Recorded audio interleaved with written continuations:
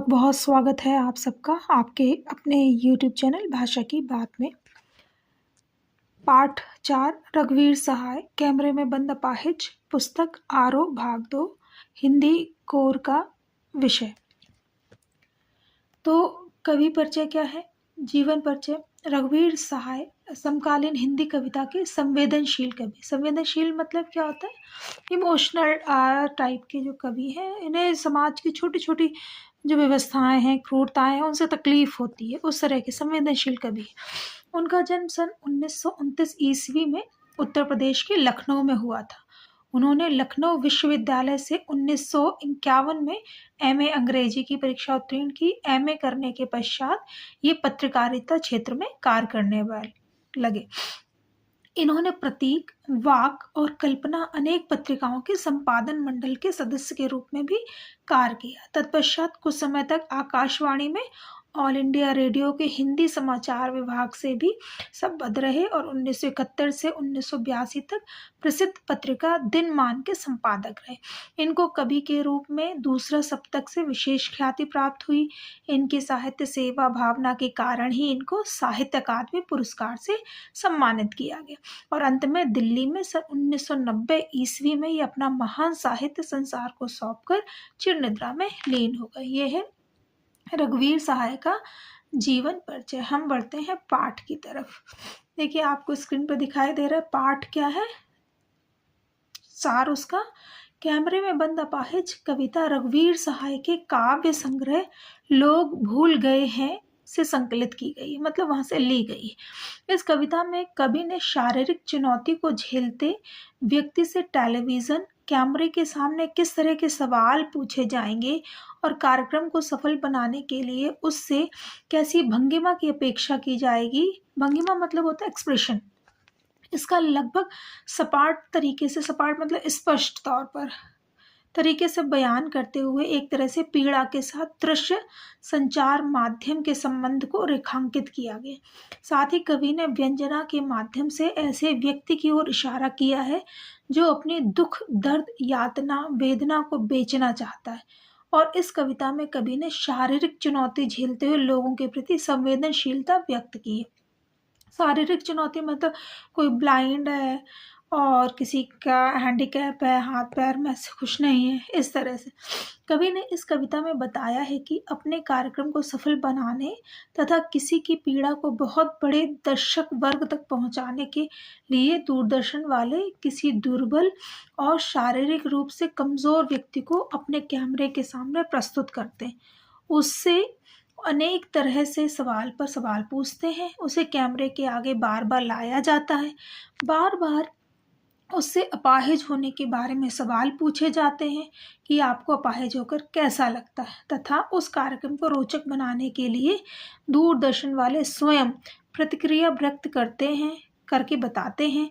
अनेक ऐसे संवेदनशील सवालों को पूछ पूछ कर भी उस व्यक्ति को रुला देते हैं। दूरदर्शन के बड़े पर्दे पर उस व्यक्ति की आंसू भरी आंखों को दिखाया जाता है। इस प्रकार दूरदर्शन वाले बार बार एक ऐसे अपाहिज व्यक्ति की पीड़ा को दर्शकों के समक्ष प्रस्तुत करते हैं। जैसे कि स्क्रीन पर आपको दिखाई दे रहा है, कुछ पंक्तियां लिखी हुई हैं कि हम दूरदर्शन पर बोलेंगे, हम समर्थ शक्तिवान, हम एक दुर्बल को लाएंगे। कहाँ लाएंगे? एक बंद कमरे में उससे पूछेंगे तो आप क्या अपाहिज हैं? तो आप क्यों अपाहिज हैं? आपका अपाहिजपन तो दुख देता होगा। देता है? कैमरा दिखाओ इसे बड़ा बड़ा। हाँ तो बताइए आपका दुख क्या है, जल्दी बताइए। वह दुख बता नहीं पाएगा। यहाँ इन पंक्तियों का मतलब क्या है? आपको पहले ही लेखक के जीवन परिचय में, कवि के जीवन परिचय में पढ़ने को मिला ना, ये मीडिया से जुड़ गए थे तो ये चीज़ अपनी आंखों से देख रहे थे कि जो मीडिया है अपने टीआरपी बढ़ाने के लिए, अपने चैनल को संवेदनशील चैनल के रूप में विख्यात करने के लिए या सामाजिक उद्देश्यों के कार्यक्रम इस चैनल पे आते हैं। ऐसे चैनल्स इस तरह के अपाहिज व्यक्ति जो अपनी वेदनाओं को बेचना चाहता है, क्योंकि उसको नीड है पैसे की, वेदना को बेचना चाहता है और यहाँ पे कार्यक्रम की टीआरपी बढ़े तो चैनल वाले उससे किस प्रकार की प्रतिक्रिया देने की बात करते हैं। एक बंद कमरे में शूटिंग का और एक बंद कमरे में। तो कैमरे वाले या जो टीम है उसको बता देते हैं कि आपको किस तरह से रिएक्ट करना है। तो उससे क्या पूछेंगे अपाहिज से कि आप क्यों अपाहिज हैं, जबकि वो चीज़ें स्पष्ट तौर पर दिखाई दे रही, मतलब ऊल-जुलूल सवाल पूछ करके उस बेचारे बंदे को रुला देना है। आगे बढ़ते हैं। क्या और क्या बताती है कविता? सोचिए, बताइए आपको अपाहिज होकर कैसा लगता है? कैसा यानी कैसा लगता है? हम खुद इशारे से बताएंगे कि क्या ऐसा? सोचिए, बताइए, थोड़ी कोशिश करिए, यह अवसर खो देंगे। आप जानते हैं कि कार्यक्रम रोचक बनाने के वास्ते हम पूछ-पूछ कर उसको रुला देंगे। इंतज़ार करते हैं आप भी उसके रो पड़ने का। करते हैं? यह प्रश्न पूछा नहीं जाएगा। मतलब क्या है, जो कवि हैं वो इन चीज़ों को बेटा ऑब्ज़र्व कर रहे हैं, देख रहे हैं, इसलिए कवि ने इस तरह की कविता का निर्माण किया है कि पहले से ही प्लान करके किसी को भी कमरे में लेकर आएँगे, उसकी शूटिंग कर रहे हैं और उसको चीज़ें बताई जा रही कि आपको कैसे करना है। आप लोग बहुत सारे जो बच्चे हैं सीरियल देखते हैं, बिग बॉस देखते हैं, तो बेटा वो प्लान्ड होता है, ठीक है? ऐसा कोई नहीं कि एकदम चीज़ें एकदम रियल आपको दिखाई दी जा रही हैं। पहले से स्क्रिप्टेड होती हैं, प्लान्ड होती हैं, उसके बाद वो सारी चीज़ें उल-जुलूल की जाती हैं।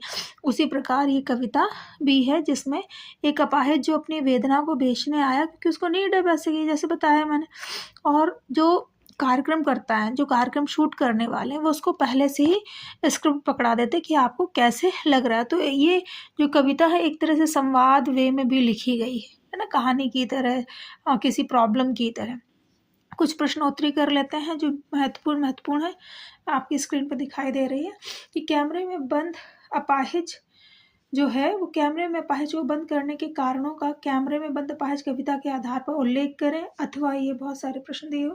तो कैमरे में अपाहिज को बंद करने के कारणों का कैमरे में बंद अपाहिज कविता के आधार पर उल्लेख करते कवि बताता है कि कविता मानवीय करुणा को तो प्रस्तुत करती ही है, साथ ही इस कविता में ऐसे लोगों की बनावटी करुणा का वर्णन भी मिलता है जो दुख दर्द सोचकर प्रसिद्ध एवं आर्थिक लाभ प्राप्त करना चाहते हैं। एक अपाहिज व्यक्ति के साथ झूठी सहानुभूति जताकर उसकी करुणा का व्यवसायीकरण करना, एक अपाहिज की करुणा को पैसे एवं प्रसिद्धि के लिए टेलीविजन पर कुरेदना वास्तव में क्रूरता की चरम सीमा है। किसी की हीनता, अभाव, दुख और कष्ट सदा से करुणा के कारण अथवा उद्दीपन रहते हैं, लेकिन इन कारणों को सार्वजनिक कार्यक्रम के रूप में प्रसारित करना और अपने चैनल को श्रेष्ठ साबित करने के लिए तमाशा बनाकर उसे फूहड़ ढंग से प्रदर्शित करना क्रूरता है। और सांसारिक भौतिक हीनता इतनी नहीं अखरती जितनी शारीरिक हीनता से वेदना होती है। उसके साथ इस खिलवाड़ को क्रूरता की पराकाष्ठा ही कहा जाएगा। इस तरह से आप इसका आंसर लिखेंगे। कैमरे में बंद अपाहिज कविता का केंद्रीय भाव अपने शब्दों में प्रकट की। केंद्रीय भाव मतलब क्या? सेंट्रल जो चीज़ें आपको देखने को मिल रही है कि वो मतलब थीम क्या है, किस विषय में वर्णन किया गया। यानी कैमरे में बंद अपाहिज कविता का केंद्रीय भाव मीडिया द्वारा एक अपाहिज व्यक्ति की पीड़ा बेचने की स्थिति का वर्णन है। दूरदर्शन पर एक अपाहिज व्यक्ति का साक्षात्कार लेना मतलब इंटरव्यू लेना वास्तव में मीडिया कर्मी के व्यवसायिक उद्देश्यों को पूरा करने के लिए दिखाया जाता है। आगे बढ़ते हैं। और क्या बताती है जो प्रश्न है, कह रहे दूरदर्शन पर एक अपाहिज व्यक्ति को प्रदर्शन की वस्तु मानकर उसके मन की पीड़ा को कुरेदा जाता है। मीडिया कर्मी या साक्षात्कारता को उसके निजी सुख दुख से कुछ लेना देना नहीं। दूरदर्शन पर दिखाए जाने वाले इस प्रकार के कार्यक्रम केवल संवेदनशीलता का दिखावा करते हैं, परंतु वे संवेदनहीन होते हैं। वे पीड़ित व्यक्ति से अर्थहीन एवं मूर्खतापूर्ण प्रश्न पूछते हैं, क्योंकि उनका उद्देश्य ऐसे प्रश्न पूछना है जिससे पीड़ित व्यक्ति की वेदना आंसुओं के रास्ते छलक उठे और दर्शक उनके कार्यक्रम में रुचि ले, किसी भी तरह उनकी टीआरपी बढ़े और इससे उनका व्यवसाय लाभ प्राप्त हो सके। इस तरह से और भी प्रश्न आपको दिखाई दे रहे हैं स्क्रीन पे, जैसे कैमरे में बंद अपाहिज सामाजिक संवेदन शून्यता का जीता जागता उदाहरण है, कैसे? उदाहरण द्वारा स्पष्ट कीजिए। ये बहुत इंपॉर्टेंट प्रश्न है।